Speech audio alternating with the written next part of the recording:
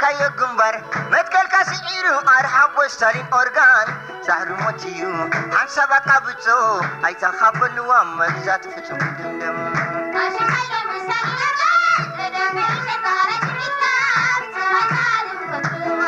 أمكن كاي ورار سيركاي جنبر متكل كاسيرو أرحب وستالين أورغان سهل موتيو عن سبق أبتو أي تخبل وامك ذات فتم دمدم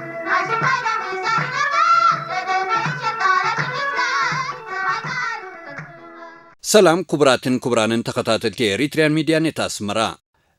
እዛ ብጸጋታት ዝተተኽተኸት ሃገርና ኤርትራ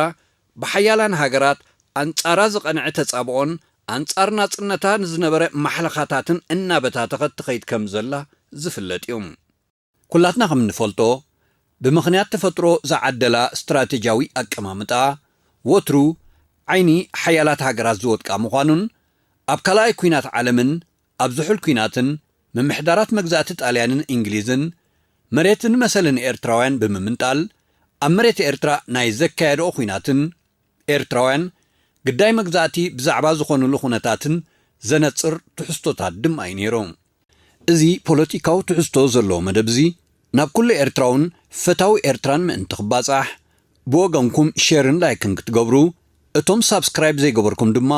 ብግዴኹም ነዛ ቻነልና ንምዕባይ ሳብስክራይብ ብምግባር ክትዝርግሕዎን ንላብወኩም ሰናይ ምክትታል እናበልና ትሕዝቶና ንጅምሮ ኣለና سنكر حلفو مرير والحسم تنكولا درقاويان حيالاتنا علم كتفونا أخا سمع زي بلهم ودي تنفشلو حفيرون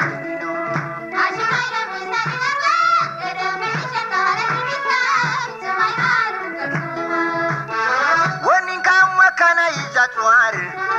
فتانا جلبو بحر أقار حجي خطفو خازحننو كدم ويكعلن بعشلو تاريخ سلسة شح كنتو خينو يا تم عريبو بنينو تاريخ سلسة شح كنتو خينو يا تم عريبو بنينو ونين كان وكان يزاتوار فتانا جلبو بحر أقار حجي خطفو خازحننو كدم ويكعلن بعشلو تاريخ سلسة شح كنتو خينو يا تم عريبو بنينو تاريخ سلسة شح كنتو خينو يا تم عريبو بنينو ቀዳሞት ንሓርነት the first to be freed ኣብ ዝብል ብዛዕባ ኤርትራን ሶማልያን ዝተጻሕፈ ጸብጻብ ሚኒስትር ዜና ብሪጣንያ ኣብ መንጎ 1941 ክሳብ 1943 ግዛኣት እንግሊዝ ብዛዕባ ዝነበረ ኩነታት ኤርትራውያን ተገሊጽሎም ኣብቲ እዋን እቲ ብፍላይ ኣብ ቀዳሞት ሰሙናት ምምሕዳር ብሪጣንያ ኩነታት ጸጥታ ኣዝዩ ሕማቕ ከም ዝነበረ ንርዳእ ኣብ መንጎ ህዝቢ በብዓይነቱ ብረት ፋሒሉ ከም ዝነበረ እዚ ድማ ገሊኡ ንሽፍትነታዊ ዓመጻትን ኣብ ግርጭታት መሬትን ይውዕል ምንባሩ እቲ ጸብጻብ ይገልጽ እዩ ህዝቢ ኸበሳ ንኮንቺስየነ ንዝተወስደ መሬቱ ካብ ኢድ ወጻእተኛታት ብጎነጽ ከምልስ ይህቅን ከም ዝነበረን ነዚ ድማ ምምሕዳር እንግሊዝ ሓይሊ ብምጥቃም ከም ዘምኮኖውን ተመልኪቱሎም ቀንዲ ጸጥታው ጸገም ኣብ ኣስመራን ምጽዋዕን እዩ ዝነበረ ኣብ ኣስመራ ናይ እቶ ኮፕሪፎኮ ኣዋጅ እኳ እንተነበረ ንኣሽቱ ገበናትን ግጭት ኣብ መንጎ ዜጋታት ኤርትራን ወተሃደራት ሱዳንን ካልኦት ኣፍሪቃውያንን መሓዝቶምን ቀጻሊን እናኾነ ስለ ዝኸደ ነገር ንኽሃድእ እቶም ወተሃደራት ካብታ ከተማ ክወፁ ግድን ኮይኑ ነበረ እቲ ጸብጻብ ከም ዝሕብሮ እቲ ዝኸፍአ ዘጓነፈ ፍጻመ ኣብ ባጽዕ ዝተረኽበ እዩ ኣብ ከባቢ ነሓሴ 1941 ዓ.ም ዜጋታት ኤርትራን ወተሃደራት ሱዳንን ስለ ዝተጋጨው ካራን ሶንክን ማለት ሳንጃ ዝተሓወሶ ኣምባጋሮ ሰዓበሞ ካብ ክልቲኡ ወገናት 15 ሰባት ሞቱ እዚ ኸይኣክል ብ7 ነሓሴ 1941 ዓ.ም ሓደ ናይ ጣልያን ዝነበረ መኽዘን ብረትን ጥይትን ስለ ዝተቓጸለ 8,000 ቡምባን 1,200 ፈንጅን ተባረዐ ኣብቲ ዝሰዓበ ዓብዪ ናይ ሓዊ ቃጸሎ 4,000 ኤርትራውያን ተቐማጦም ምጽዋዕ ብዘይ መጽለሊ ተረፉ ጠንቂ ናይቲ ባርዕ ክፍለጥ ኣይተኻእለን ተግበርቱ እውን ኣይተታሕዙን ግን ብወገን እቲ ምምሕዳር ናይ ሸርሒ ተግባር ከም ዝነበረ ጥርጣረ ኣይነበረን ኩነታት ከምዚ ኢሉ እንከለዩ ጀርመናዊ ጀነራል ሮመል ኣብ ልዕልቲ ኣብ ሊብያ ዝነበረ ሓይሊ እንግሊዝን ሰብ ኪዳናን ዝተዓወተ ኣብ ማእከላይ ምብራቕ ዝነበረ ትካላት እንግሊዝ ከምቲ ቀደሙ ክሰርሕ ዘይከኣለን ሕፅረት ናይ ዝተፈላለዩ ሃለኽትን ቆምትን ኣቑሑ ስለ ዘጋጠመን ድማ እንግሊዝ ነቲ ብኤርትራ ዝነበረ ኢንዱስትርያውን ሕርሻውን ትካላት ክጥቀመሉ ጀመረ። ኤርትራ ካብቲ ዓውዲ ኹናት ርሒቓ ምርካባ ከም ዕቆቢት ገለ ስትራቴጂያዊ ስራሓቱ ወሰዳ። ስለዚ ካብ ክራማት 1941 ዓመተ ምህረት ጀሚሩ ንገለ ዓበይቲ ወተሃደራዊ ትካላቱ ናብ ኤርትራ ኣምጽኦም። ከምቲ ኣቐዲሙ ዝተገልጸ ንሓንቲ ዓባይ ናይ ኣሜሪካ ኩባንያ ዓዲሙ ኣብ ኤርትራዊት ዓዲ ጉራዕ ሓደ መዕርፎ ነፈርቲ ዝገጣጥመሉ ትካል ኣቖመ። እቶም ኣሜሪካውያን ኣብ ኣስመራ ሓደ ዓበ ጋራጅ፣ ኣብ ጊንዳዕ ሓደ ናይ ብረት ማለት ኤምዳድ መኻዚኖ፣ ኣብ ምጽዋዕ ድማ ናይ ሓይል ባሕር ደጀን ኣቖሙ። ቁሩብ ጸኒሓ ኣሜሪካ ባዕላ ናብቲ ካልኣይ ኩናት ዓለም ስለ ዝኣተወት ወተሃደራት ኣምጺኣ ኣብዚ ዞባዚ መትከል እግሪ ረኸበት። እንግሊዝ እውን ነፈርቶም ዝዕርዩሉ ትካልን ክልተ ሆስፒታላትን ሰርሖም። ከምዚ ኢሉ እቲ ክወድቕ ጀሚሩ ዝነበረ ቁጠባ ኤርትራ ከም ብሓድሽ ህይወት ዘርአ። ዜጋታት ኢጣልያ ናጻ ዕድል ስለ ዝረኸቡ ሳምና፣ ቢራ፣ ክርቢት፣ ናውቲ ዕዮ፣ ካብ ዝተደርቤ ሓጺነ መጺን፣ ዘይቲ፣ ኦክሲጅን፣ ወረቐት፣ ኮላ፣ ማርጋሪን ወዘተ ብምፍራይ ካብ ናይ ውሽጢ ዕዳጋ ሓሊፎም ኣብ 1943 ዓመተ ምህረት ንወፃእ ዝኸውን ሃላኽቑሑ ክሰርሑ ከኣሎም። ትሬ ቫስኪስ ዝተባህለ ጸሓፋይ ከም ዝገልጾ ኣብ 1943 ዓመተ ምህረት ኣስመራ ሓደ ኢንዱስትርያዊ ምርኢት ማለት ኤግዚቢሽን ንምስንዳእ በቕዐት። ክብሪ ናይቲ ንወፃእ ዝለኣኸቶ ቑሑ ኸዓ ኣብቲ እዋንቲ ማለት ኣብ 1943 494,000 ፓውንድ ማለት ፍርቂ ሚልዮን ፓውንድ ጥራይ ዝነበረ ኣብ 1945 ናብ 1,678,000 ፓውንድ ክበለ። እዚ ገንዘብ እዚ ኣብቲ እዋንቲ ኣዝዩ ዓብዪ ዝነበረ እዩ።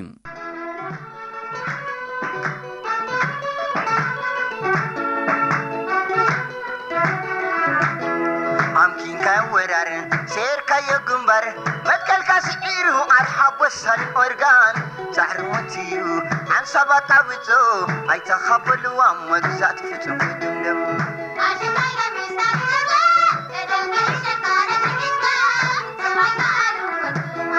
ስንኩር ሓሊፉ መሪር እዋን ሕሰም ተንኰላት ደርጋውያን ሓያላት ንዓለም ከጥፍኡ ንዓኻ ሰማዕ ዘይብሎም ውዲቶም ፈሽሉ ሓፊሎም ደሚኖም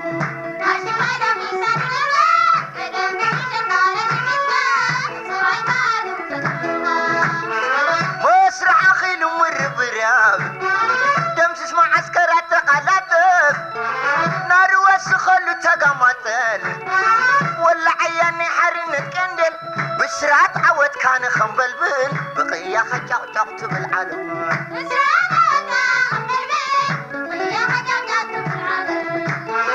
መስራሕ ኣኺሉ ምርብራብ ደምስስ ማዓስከራት ተቓላጥፍ ናርወስኸሉ ተጋማጠል ወላዓያኒ ሓርነት ቀንደል ብስራት ዓወትካ ንኸንበልብል ብቕያኸ ጫቕጫቕ ትብል ዓለም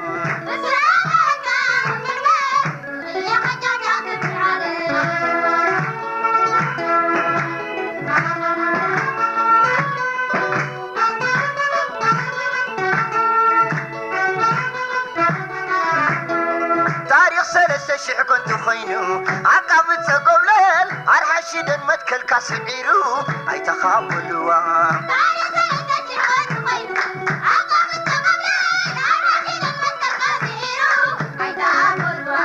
ታሪኽ 3,000 ኮንቱ ኾይኑ ዓቃብት ዘጐብለል ኣርሓሽደን መትከልካ ስዒሩ ኣይተኻበልዋ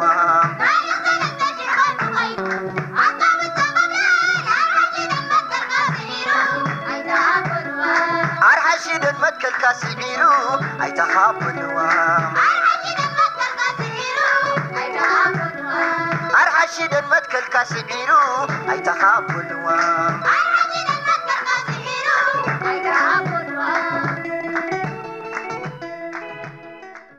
ጀርመናዊ ጀነራል ሮመል ኣብ ልዕልቲ ኣብ ሊብያ ዝነበረ ሓይሊ እንግሊዝን ሰብ ኪዳናን ዝተዓወተ ኣብ ማእከላይ ምብራቕ ዝነበረ ትካላት እንግሊዝ ከም ተቐደሙ ክሰርሕ ዘይከኣለን ሕፅረት ናይ ዝተፈላለዩ ሃለኽትን ቆምትን ኣቑሑ ስለ ዘጋጠመን ድማ እንግሊዝ ነቲ ብኤርትራ ዝነበረ ኢንዱስትርያውን ሕርሻውን ትካላት ክጥቀመሉ ጀመረ። ኤርትራ ካብቲ ዓውዲ ኹናት ርሒቓ ምርካባ ከም መዕቆቢት ገለ ስትራቴጂያዊ ስራሓቱ ወሰዳ። ስለዚ ካብ ክራማት 1941 ዓመተ ምህረት ጀሚሩ ንገለ ዓበይቲ ወተሃደራዊ ትካላቱ ናብ ኤርትራ ኣምጽኦም። ንሓንቲ ዓባይ ናይ ኣሜሪካ ኩባንያ ዓዲሙ ኣብ ኤርትራዊት ዓዲ ጉራዕ ሓደ መዕርፎ ነፈርቲ ዝገጣጥመሉ ትካል ኣቖመ። እቶም ኣሜሪካውያን ኣብ ኣስመራ ሓደ ዓቢ ጋራጅ፣ ኣብ ጊንዳዕ ሓደ ናይ ብረት ማለት ኤምዳድ መኻዚኖ፣ ኣብ ምጽዋዕ ድማ ናይ ሓይል ባሕር ደጀን ኣቖሙ። ቁሩብ ጸኒሓ ኣሜሪካ ባዕላ ናብቲ ካልኣይ ኩናት ዓለም ስለ ዝኣተወት ወተሃደራት ኣምጺኣ ኣብዚ ዞባዚ መትከል እግሪ ረኸበት። እንግሊዝ እውን ነፈርቶም ዝዕርዩሉ ትካልን ክልተ ሆስፒታላትን ሰርሖም። ከምዚ ኢሉ እቲ ክወድቕ ጀሚሩ ዝነበረ ቁጠባ ኤርትራ ከም ብሓድሽ ህይወት ዘርአ። ዜጋታት ኢጣልያ ናጻ ዕድል ስለ ዝረኸቡ ሳምና፣ ቢራ፣ ክርቢት፣ ናውቲ ዕዮ፣ ካብ ዝተደርቤ ሓጺነ መጺን፣ ዘይቲ፣ ኦክሲጅን፣ ወረቐት፣ ኮላ፣ ማርጋሪን ወዘተ ብምፍራይ ካብ ናይ ውሽጢ ዕዳጋ ሓሊፎም ኣብ 1943 ዓመተ ምህረት ንወፃእ ዝኸውን ሃላኽቕሑ ክሰርሑ ከኣሎም። ትሬ ቫስኪስ ዝተባህለ ጸሓፋይ ከም ዝገልጾ ኣብ 1943 ዓመተ ምህረት ኣስመራ ሓደ ኢንዱስትራዊ ምርኢት ማለት ኤግዚቢሽን ንምስንዳእ በቕዐት። ክብሪ ናይቲ ንወፃእ ዝለኣኸቶ ቕሑ ኸዓ ኣብቲ እዋንቲ ማለት ኣብ 1943 494,000 ፓውንድ ማለት ፍርቂ ሚልዮን ፓውንድ ጥራይ ዝነበረ ኣብ 1945 ናብ 1,678,000 ፓውንድ ክበለ። እዚ ገንዘብ እዚ ኣብቲ እዋንቲ ኣዝዩ ዓብዪ ዝነበረ እዩ። ከምቲ ተደጋጊሙ ዝግለጽ ዘሎ እዚ ቁጠባዊ ድንፍዐ እዚ ኹናት ዝፈጠሮን ጠለባት ኲናት ንምምላእን ስለ ዝነበረ ተጠቆምቱ ኤርትራውያን ዘይኮኑ መንግስቲ እንግሊዝን ወነንቱ ኢጣልያውያንን ጥራዮም ዝነበሮም። ብውሕዱ ንግዚኡ ግን ሽግራት ሸቕለት ኣልቦነት ስለ ዘቃለለ ተቐማጦ ከተማ ዝኾኑ ኤርትራውያን እውን ቁሩብ ርህው ኢልዎም ነይሩ እዩ። ቁጠባዊ ሽግራት ጥራይ ኣይኮነን ግን ዘተሓሳስቦም ዝነበረ ንኤርትራውያን ኩሉ ኣገዳሲ ስራሓት መንግስታዊ ይኹን ዘይመንግስታዊ፣ ፍርዳዊ ይኹን ናይ ጸጥታ ብጣልያን ዝተታሕዘ ብምንባሩ ንዝያዳ ተሳታፍነት ሃንቀው ክብሉ ጀመሮም። ስራሕ ረኺቦም ክበሃል እንከሎ ካብ ኢዶም ናብ ኣፎም ዘንብሮም ትሑትን ክብረት ዘይብሉን ናይ ሸቕለትን ጉልበትን ዕዮ እምበር ጐይቶት መጻኢ ዕድሎም ንክኾኑ ዘቀራርቦም ኣብ ጉዳይ ሃገሮም ዘሳትፎም ኣይነበረን። ስራሕ መንግስቲ ሃንቀው ምባል ገዲፎም ኣብ ንግድ ከኣቱ እንተደለይውን ብኣዕራብን ህንዳውያንን ዝተታሕዘ ብምንባሩ ብፍላይ ህዝቢ ስመራን ምጽዋዕን ብርቱዕ ሕርቃንን ቅርሕንትን ኣሕደሩም። ብሰንኪ ናህሪ ዋጋ ኣቕሓ መሸጣ ድማ ውሑድ ደመዞም ከነባብሮም ስለ ዘይከኣለ ናብረኦም ናይ ሽግርን ሃላኽን ነበረ። ኣብ ዘመን ጣልያን ተጫኒቖም ንዘጥረይዎ ንብረትን ስልማት ኣንስቶምን ሓርጆም ኣብ ፍጹም ምብታኽ ዝወደቑ ኤርትራውያን ኣብቲ እዋንቲ ውሕዳት ኣይነበሩን። ርግጽ እዩ ብፅዓትን ጥርዓናትን ማሕበር ፍቕሪ ሃገር እንግሊዝ ሓደ ለውጥታት ንኽገብር ተገዲዱ ነይሩ ይበሃል እዮም። ንኣብነት ኣብ ምምሕዳር ዝሕግዞ ሓደ ኤርትራውያን ዝኣባላቱ ቤት ምኽሪ ኣቑሙ ነይሩ እዩ። ከምቲ ዝበሃልካ ንበዓል ኣቶ ተድላ ባይሩ፣ ደጊያት ሓሰን ዓሊ፣ ደጊያት ኣብርሃ ተሰማ፣ ደጊያት በየነ በራኺ ብደረጃ ሃገር ንኸማኽርዎ ክሓርዮም እንከሎ ኣብ ነፍሲ ወከፍ ኮሚሳርያቶ እውን ብተመሳሳሊ መገዲ ዝሕግዝዎ ሰባት መዘዘ። ኣብ ልዕሊ እዚ ናይ ደቀባት ቤት ፍርዲ ኮርተ ናቲቫ ብዝብል ስም ኣብ ልዕሊ እዚ ናይ ደቀባት ቤት ፍርዲ ኮርተ ናቲቫ ብዝብል ስም ጉዳይ ኤርትራውያን ዝሰምዕ ስርዓተ ቤት ፍርዲ እውን ኣቑሙ ነይሩ እዩ። እዚ ብዝያዳ ኣብ ገጠራት ወይ ኣብ ነፍሲ ወከፍ ኮሚሳርያቶ ከም ዝሰርሕ ስለ ዝተገብረ ተቐማጦ ከተማታት ከም ተቐደሞም ኣብ ትሕቲ ዳንነት ጣልያን ጸንሑ። ስለዚ ብኹሉ ሸነኻቶ ክርአ እንከሎ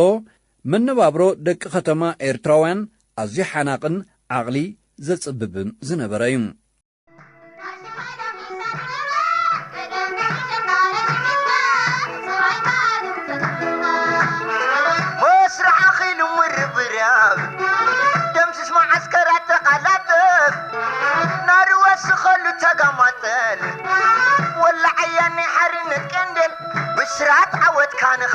بل بقيا خجعت بالعالم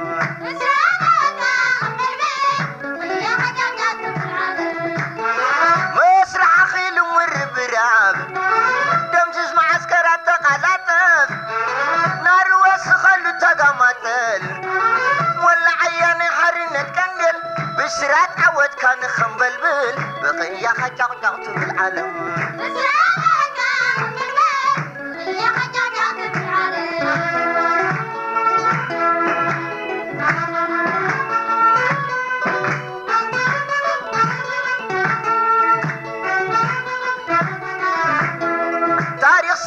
شح كنت خينو عقبت قبلل عرحشد المتكل كاسعيرو اي تخابلوا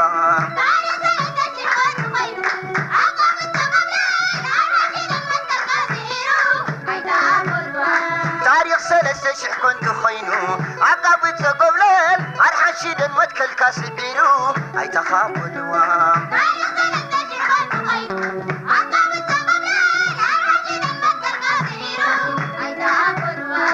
أرحشد المتكل كاسعيرو أي تخابلوا أرحشد المتكل كاسعيرو أي تخابلوا ناي تاريخ صحفي تري فاسكيس بعلو ناي طاليان حلفاتاتن أبلعلي إرتراوان زقبروز نبرو قف عنشاران نإرتراوان ناب قدم زي فلطوون عورن صلئي ناي طاليان كم زمرحهم يقلسيهم مساعتهم لكي مدما نتوم ننقد بحيتهم بزيك أيدن بناتو دخنتن يهبتمو ألو زبولهم أعراب بعينك إمن كرحنتن تأمتهم إرتراوي حالفو مرأة نايتيز في الطرز نبرق بساتن كرحنتن كخون زخل حد في الساميتاتون نيريو أول حتري شحنت شعاتميتن 43 عام تمرتنا أبنت أمس أواع كتتاوي تنكون تايمن بارو بنتصر زي فلت نعبي أمونغو إرتراوانن سوداناويانن واتحادراتن تلعيلو نيريوم مستي أقدي مستتغسي ناي شحنت شعاتميتن 41 عام تمرت عقرقر ازي نخالا اي قزي تفتسيمو مالتيوم ناي بريطانيا سندات كم زحبروو ابتا ورحتيا كاب قبيلاتات هوبانن حنسن زخونو دك يمن أمس واع نحد حدوم تواسوم ازي تلابعوغا نابقيتشت أب مونغو إرتروان دك أباتن سوداناوان واتحادرات بريطانيان سلزلحامي بشمون تطري كاب ساعات 4 فرقان نايمشت جميرو كساب مشت 15 سبات موتوم عسرا دما قصلوم كابتم زموتو 11 سيفيل إرتراوان 3 واتحادرات سودان حدا دما إيطالياوي زيغا كخونن كلو كابتم زقصلو 12 سيفيل إرتراوان 5 إرتراوان بوليس 3 دما واتحادرات سودان منباروم اتسندات ينصرم شعو مشت ساعة شعته واتحادرات السودان برد كم زوردو مستقبرت رايكا اتعقرقر هادا بزخيب كعي دحر قرب معالتات مالت عسرا تري اتنعبي مليسو أمونغو إرتروان أبالات مدبر بوليس توسلين سوداناوان سراحتنياتاتن تلعالي حجيون حد إرتراو سرگين تزركبهم شدوش سبات موتوم اتي بعسر تحموش تلكاتيت شحنت شعاتميتن 41 زتتصحفت صبصاب أمس واع برتو إرتراو سمعت أنصار واتحادرات السودان كم زنبرن اتوم سوداناوان انت زي تتكي دما اتحادقنيا خونتات ززحل كم زي مسلن بمملكات يعصوم بدحريو نزفت عمزي زتقس كالق سند وي صحف اين ركبن قطتاوي مبقسي نايتنعبي بزح قمز زي وهابو ناشتو مخنياتات منبارو زتقسو قلش ما قلتات ونالوم كندت زاكل نعبن مكتتالن نخصعبقن حبو سمعيت كنبر قدنيوم بب قزيو زقنفل زنبرا حركان إرتراوان كمزي نايم صواع في الصامتات أبزتنا تاتسلي ولك أغوناتن رسمن يوعل كمزنبرا ردو إيوم تمرت وي ناب تمرت زمرح سفح ودابة سلا زينبرن بقر ناي إرتراوان تكباراتن ملسة تكباراتن كابهاورن هاندبتن كرحق أي كالن ناي إنجليزات تحزا قرحن طبابن زمول أينيروم نمبزحاتو أتي بقطتا مس حزب الزراخبو صراحات نإيطالياويانن أعرابن بمقداف بعلو أبلعلتي زفتر زنبرا قريتشت سأبلل نمباليو زفتن زنبرا ميلانا إنجليز نتتنك أفي نايت ستتان بوليسن صراحات كي ترفه نتاليانن سوداناويانن بمركاب ንሳቶም ተቐበልቲ ጽልእን ናህርን ኤርትራውያን ክኾኑ እሞ ንሱ ዓራቂ ኮይኑ ፖለቲካዊ ሸቶታቱ ክወቅዕ ዝሓለነ ይመስል ድማ ነበረ። ይኹን እምበር ምምሕዳር ብሪጣንያ ዘተኣታተዎ ዓበይቲ ነገራት ድማ ነይሩ እዩ። ሓደን እቲ ቀንድን ትምህርቲ እዩ። ብዘመን መግዛእቲ ጥልያን ፈጺሙ ዘይሕሰብ ዝነበረ ካብ መባእታት ደረጃ ዝልዕል ትምህርቲ ብእንግሊዝ ተኣታተወ። ኣብ ልዕሊ እዚ ኤርትራውያን ርእቶታቶም ከስፍሩለን ዝኽእሉ ጋዜጣታት ንኽዕተማ ስለ ዘፍቀደ ኣብ ኤርትራ ሓድሽ ናይ ፍልጠትን ሓሳብካ ምግላጽን ናጽነት ንኽተኣታተውን ንኽሰፍሕን ገፊሕ ዕድል ከፈተ። እዚ ኣብ ፖለቲካዊ ይኹን ማሕበራዊ ህይወት ህዝቢ ኤርትራ ዓይነታዊ ምቅያር ዘምፀ ሓድሽ ኣንፈት ወይ ጎደና ድማ እዩ ዝነበረ። ኣብቲ እዋን እቲ ኩነታት ገጠራት ኤርትራኸ ከመይ ይመስል ነበረ? ኣብ ዝቕጽል ከነቕርበልኩም ኢና።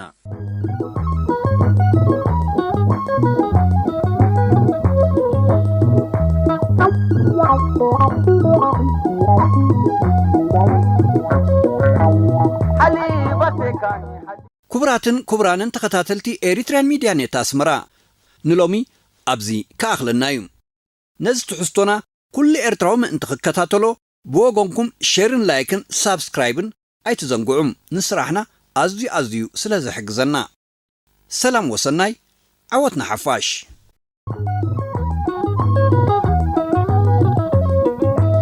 حليبتكني حليب سبيقاد سمك عليك وباتك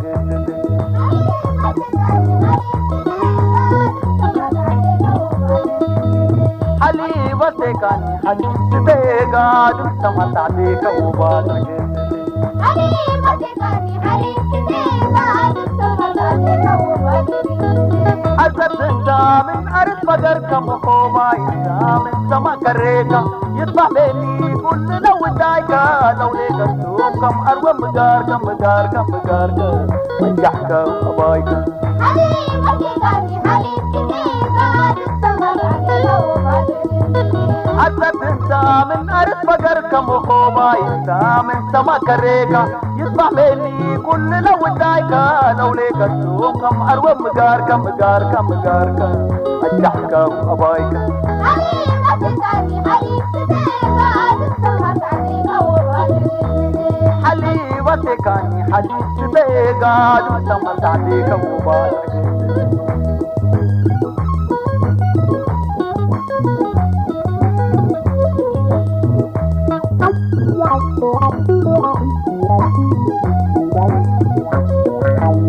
حليبتكني حليب سبيقاد سمك عليك وباتك حليبتكني حليب سبيقاد سمك عليك وباتك حليبتكني حليب سبيقاد سمك عليك وباتك حليبتكني حليب سبيقاد سمك عليك وباتك ساحل اللخزو من البلوكا مدول فكر بسوم بتاعك بعد سعدها اكرز حللك منو يا نايريكو كمسلك كمسلك كمسلك حرمك مداينك حليبتكني حليب سبيقاد سمك عليك وباتك ساحل اللخزو من البلوكا مدول فكر بسوم بتاعك بعد سعدها اكرز حللك منو يا نايريكو كمسلك كمسلك كمسلك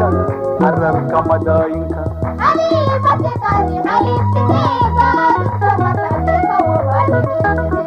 حليبتكني حليب سبيقاد سمك عليك وباتك